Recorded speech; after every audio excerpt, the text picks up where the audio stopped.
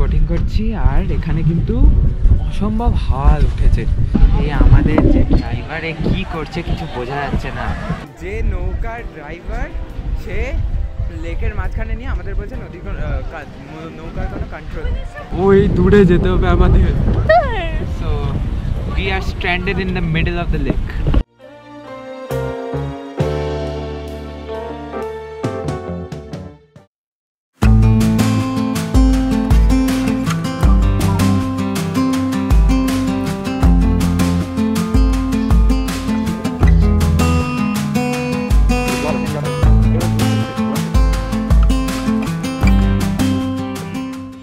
Good morning, welcome back to another video. আর আমরা এখন চিতওয়ানে আছি, ভরতপুর চিতওয়ানে, হোটেল স্টার চিতওয়ানে। আর বাবা এখন সকাল সকাল উঠে গাড়ি ধুচ্ছে। এই যে গাড়ি ধোয়া হচ্ছে, গাড়িকে চান করানো হচ্ছে। ওখানে আরেকটা গাড়ি, সেটাকেও চান করাতে হবে।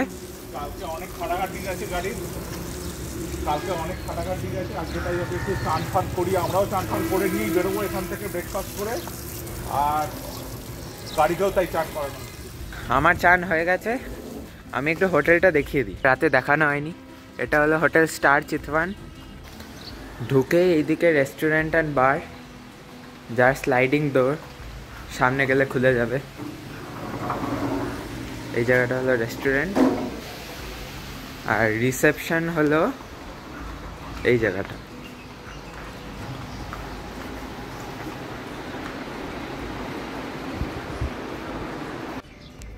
এই জায়গাটা হলো হোটেলের মাঝখানে একটা ওপেন স্পেস।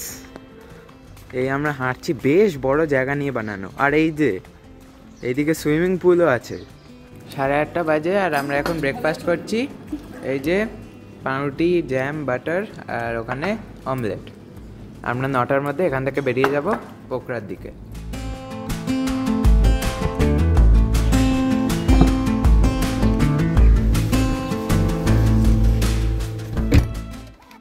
নেপালি 9:20 বাজে আর আমরা ভরতপুর চিতওয়ানের হোটেল স্টার চিতওয়ান থেকে এখন বেরিয়ে যাচ্ছি। এখান থেকে পোখরা অলমোস্ট 4 ঘন্টা দেখাচ্ছে। এখন আমরা তেল ভরতে যাব একটা পেট্রোল পাম্পে।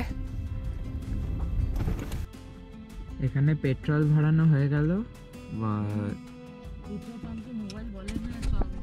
মোবাইল চালাচ্ছি না তো, ক্যামেরা। এখানে পেট্রোল ভরানো হয়ে গেল। আর এখানকার পেট্রোলের রেট হলো 161.7 নেপালি কারেন্সি পার লিটার, যেটা ইন্ডিয়া কনভার্ট করলে ওই 101 পয়েন্ট কিছু রুপিস হবে। তো এখানকার পেট্রোল আমাদের ভারতের থেকে সস্তা একটু হলেও।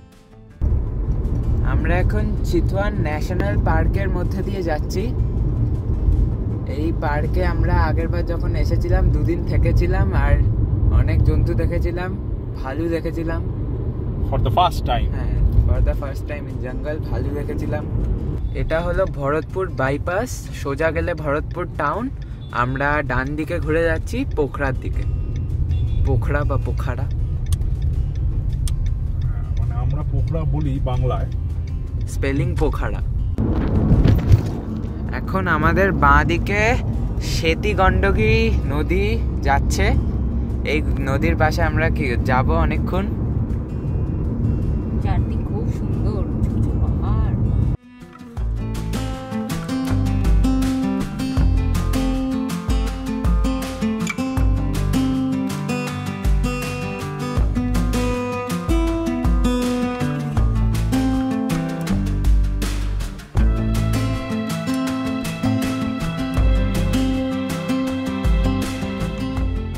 সাড়ে 10টা বাজে আর আমরা পৌঁছে গেছি মুংলিং।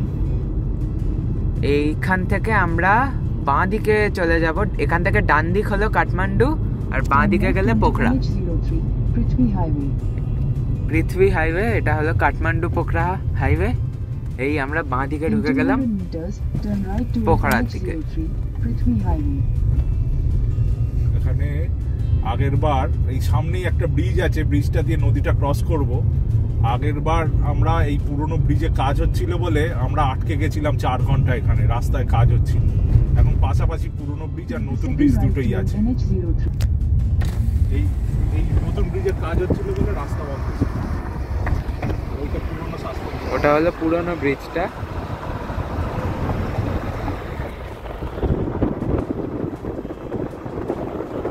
এই মুংলিং থেকে এখন দেখাচ্ছে পোখারা হলো 2 hours 51 minutes আর 91 কিলোমিটার দেখাচ্ছে। এইটা আজকে আমাদের কাছে কিছুই না কালকের তুলনায়।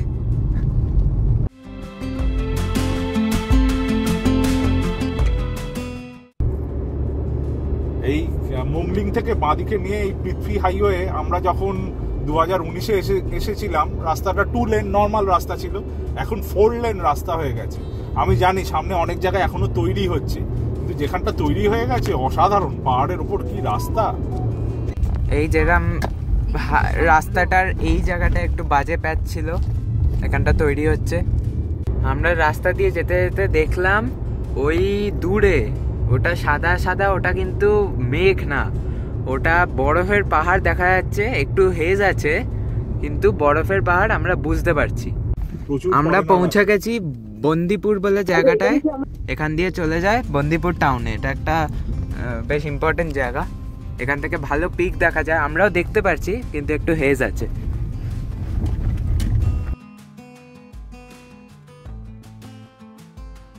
এই আমরা একটা বড় সড়ো ব্রিজে উঠছি, মাদি রিভার ব্রিজ। নিচে মাদি নদী বইছে আর আমরা মাদি রিভার ব্রিজ দিয়ে যাচ্ছি। বড় ব্রিজ তৈরি হচ্ছে। হ্যাঁ, একটা বড় ব্রিজ তৈরি হচ্ছে। আমরা সবাই এই একটু ছায়া দেখে একটা জায়গায় একটু দাঁড়ালাম একটু রেস্ট নিতে। টানা 2 ঘন্টা মতো গাড়ি চালানো হয়েছে, এখনো এখান থেকে 1.5 ঘন্টা বাকি পোখারা। আর ওই জায়গাটা দূরে ভ্যালি দেখা যাচ্ছে, এখানে 2টো গাড়ি পেছন পেছন দাঁড়িয়ে আছে।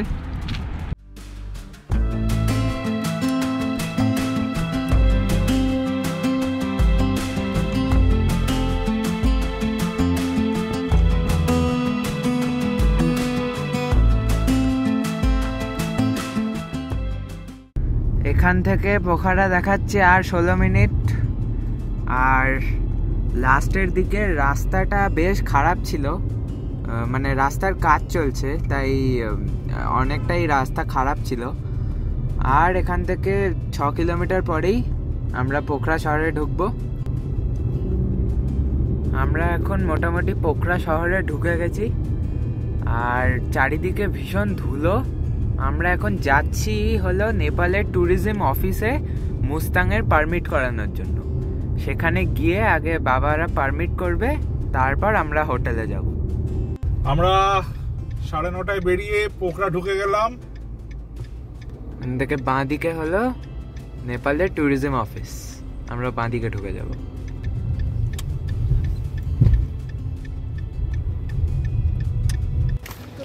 আমরা পা দিলাম পোখারায় আর এটা হলো নেপালের ট্যুরিজম বোর্ড। এখানে আমরা পারমিট করাতে যাব মুস্তাংয়ের। আমাদের ওই পারমিট নেওয়া হয়ে গেল, পার পারসন 1000 টাকা, নেপালি কারেন্সির 1000 টাকা নিল। এখন আমরা এই অফিসটার পেছনেই এসেছি আর এখানে পুরো ফেওয়া লেক দেখা যাচ্ছে। আমরা যাব ফেওয়া লেকের পাশে যাব, ওইদিকে একটা নৌকা চলছে। আমরা পোখরায় পারমিশন করানোর পর এখন আমরা লেক সাইড রোড দিয়ে আমাদের হোটেলের দিকে যাচ্ছি। হোটেল বুক করা নেই, দেখি গিয়ে পাওয়া যায় নাকি, তার আশেপাশে অনেক হোটেল আছে। বাঁ দিকে ফেওয়া লেক দেখা যাচ্ছে, আমরা যাব। আমরা পৌঁছে গেছি পোখরার হোটেলে। এইটা হলো আমাদের হোটেল, হোটেল দ্য ক্লক। ঘড়ির হোটেলে চলে এসেছি আমরা। আর এখন 2:15 বাজে, আমাদের লাঞ্চ হয়নি এখনো, বাইরে গিয়ে আমরা লাঞ্চ করবো কোথাও। এই হোটেলে ঢুকেই একটা সোফা, এটা রিসেপশন। এখন আমরা রুমে যাচ্ছি। এটা হলো আমাদের পোখরার রুম, ঢুকেই বাথরুম, দেখে বেসিন আছে, পরিষ্কার পরিচ্ছন্ন। এখানে একটা কাবার্ড আছে, এখানে টেবিল, চেয়ার, চা বানানোর জিনিসপত্র, টিভি, এসি আছে। এখানে একটা ছোট্ট বারান্দা মতো করা আছে। আর এখানে হলো একটা ডাবল বেড আর একটা সিঙ্গেল বেড। এটা হলো পোখরা শহর, আমরা এখন ভাবছি কি খাওয়া যায়, সবাই মিলে মাথায় হাত দিয়ে ভাবছি। আর চারিদিকে অনেক দোকান, কি হবে। এখন 3টে বেজে গেছে। অনেকক্ষণ পরে একটা রেস্টুরেন্টে এসে আমরা আমাদের লাঞ্চ সারছি, বাটার নান, ডাল মাখানি আর কড়াই পনির দিয়ে। সবার খুব খিদে পেয়েছে, এখন খাওয়া যাক। খাওয়া হয়ে গেছে, এখন আমরা লেকে, পেওয়া লেকে বোটিং করতে যাচ্ছি।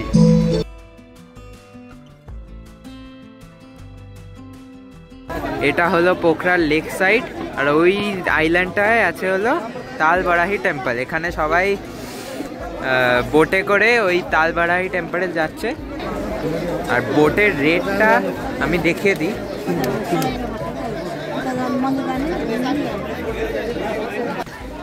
আমরা বোটিং করতে আর 10-15 মিনিট পরে যাব। ওখানে অসম্ভব ভিড়, এখন একটু রোদটা পড়লে তারপরে আমরা যাব। আমরা এই একটা পার্ক মতো জায়গা, সুন্দর জায়গায় এসেছি। এইদিকে ফেওয়া লেক, সবাই বসতে পারে, এখানে ছায়া বসা যায়। একটু আমরা বসে তারপরে বোটিং করতে যাব।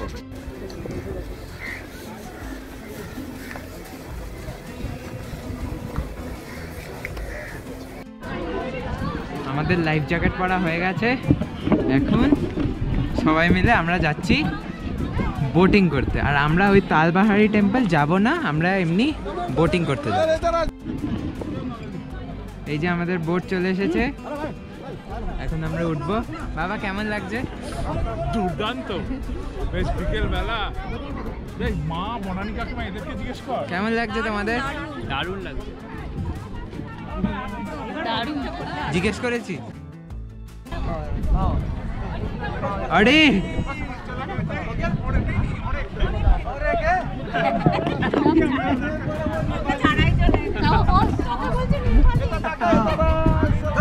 আমরা উঠে পড়েছি। আমাকে প্রথমে উঠাচ্ছিল না, কারণ নাকি আমাকে নেপালি লাগছিল। আমাদের 10 মিনিট মতো হয়েছে, আর এখন আমরা বোটিং করছি। বল টাবো কেমন লাগছে? টাবো বিপটু, বিপটু তোর কথা রেখেছি কিন্তু তুই ভাবতে পারিসনি, কিন্তু হ্যাঁ তুই ভাবতে পারিসনি বোটিং হবে। হ্যাঁ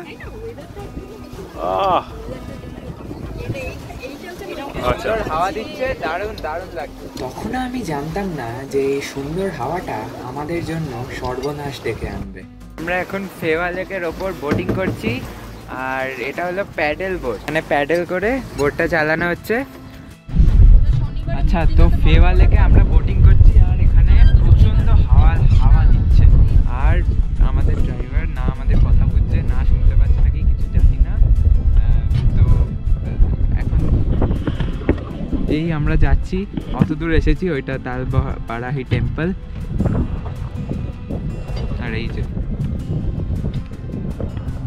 এখানে খুব হাওয়া দিচ্ছে। আর এখন তার সাথে ওই পুরো ওই জায়গায় ওয়েদার পুরো বাজে হয়ে গেছে, আকাশে মেঘ এসে গেছে, ওইদিকে সূর্য অস্ত চলে গেছে, আর আমরা বোটিং করছি। আমাদের নৌকার চালক তালবারাহি টেম্পলে এসে নৌকা দাঁড় করিয়ে দিল। আচ্ছা, এইখান থেকে উঠে গেলে এটা হলো তালবারাহি টেম্পল। আমরা আগের বার এই টেম্পলে এসেছিলাম বলে এবার আর গেলাম না। এই টেম্পলে আমরা যখন আগের বার এসেছিলাম পুরো বৃষ্টি পড়ছিল, এবারে মেঘলা ওয়েদার, কিন্তু বৃষ্টি নেই। আর এই যে কি করছে, এই আমাদের যে ড্রাইভারে কি করছে কিছু বোঝা যাচ্ছে না। আমাদের তালবারাহি টেম্পল যাওয়ার কথা না, এখানে এসে দাঁড় করিয়ে দিল। এখানে খুব হাওয়া দিচ্ছে, আমাদের ওই পাড়ে যেতে হবে। কি করে যে নিয়ে যাবে? এই দেখো, ওই যে ওখানে দাঁড়িয়ে আছে, দড়ি ধরে দাঁড়িয়ে আছে, কি করবে বুঝে পাচ্ছে না।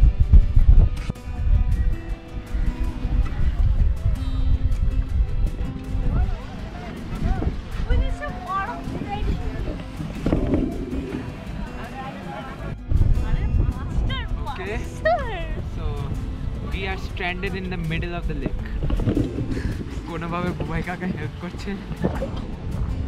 ওই দূরে যেতে হবে আমাদের, আর মাত্র 15 থেকে 20 মিনিট বাকি।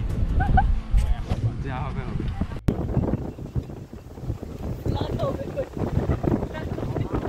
মাছ ফেওয়া লেগে ঝড় উঠেছে।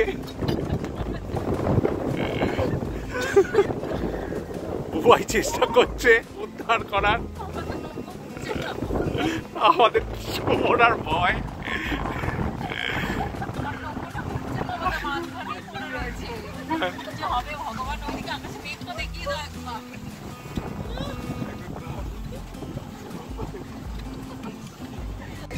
অনেকক্ষণ পর আমরা এই তালবারাহি টেম্পলেই এলাম। পুরো ঘুরিয়ে আনলো, এত হাওয়া দিচ্ছে কিছু বলা যাচ্ছে না। এখন আমরা এই ছোট বোটগুলোতে করে ওই পাড়ে যাব।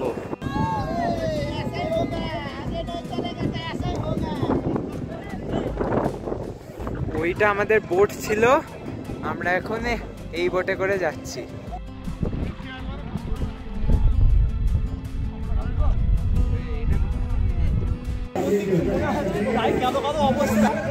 এটা যাতা ছিল, যাতা মানে যে নৌকার ড্রাইভার সে নদীর মাঝখানে নিয়ে, লেকের মাঝখানে নিয়ে আমাদের বলছে নদীর নৌকার কোনো কন্ট্রোল নেই। তারপর বলছে উল্টো দিক দিয়ে নিয়ে যা। আমরা বললাম উল্টো দিক দিয়ে নিয়ে যেতে, বললো ওই দিক দিয়ে নিয়ে যেতে গেলে 2 দিন সময় লেগে যাবে আসতে। এমন সব কথাবার্তা। তারপর আমরা ডাকছি, শুনতে পাচ্ছে না। তারপর ফাইনালি আমরা এখন ঘাটে এসে নেমেছি। কেমন লাগলো? Life time experience. মা খুব ভয় পেয়ে গেছিল। আমি আর কোনোদিন বোটে উঠবো না, আর কোনোদিন না। মা তো আমাকে বলছে বলালি আর কোথায় ফিরলাম না।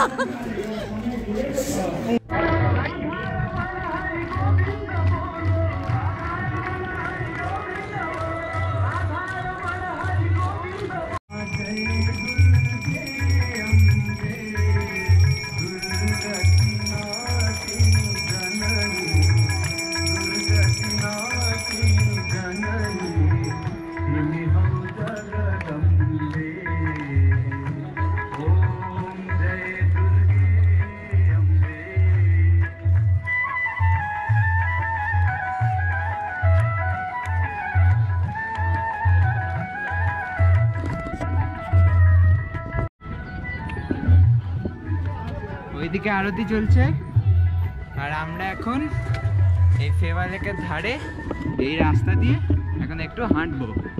এইদিকে ফেওয়া লেক, সব বোট রাখা আছে, ওইখানে আরতি চলছে। এই পোখরা ফেওয়া লেকের ধার দিয়ে আমরা হাঁটছি। চারিদিকে এরম চা, ঝালমুড়ি এইসব বেচা হচ্ছে। আর দেখলাম ওই বারবিকিউ ওইগুলো হচ্ছে। এটা হলো পোখরা লেখা, এই জায়গাটা ফটো জোন। বন্ধ হয়ে গেছে, এখন রাত হয়ে গেছে, এখন বাজে হলো 6:45। এটা হলো পোখরা মার্কেট, আমরা পোখরা মার্কেটে ঘুরছি এখন। এখন 7:30 বাজে আর আমরা এই কুইন ডি কি এটা ক্যাফে ডি কুইন্স বলে একটা রেস্টুরেন্টে বিকেলে স্ন্যাক্স খেতে এসেছি। এই আমাদের স্ন্যাক্স চলে এসেছে, বাবার ভেজ মোমো, আমাদের চিকেন মোমো। খেয়ে নিই এখন তাড়াতাড়ি। আমরা এখন এসেছি একটা দোকান ওয়েফেলস খেতে। এই দোকানে এসেছি, এই যে বাবা খাচ্ছে। বাবা একটু খাও।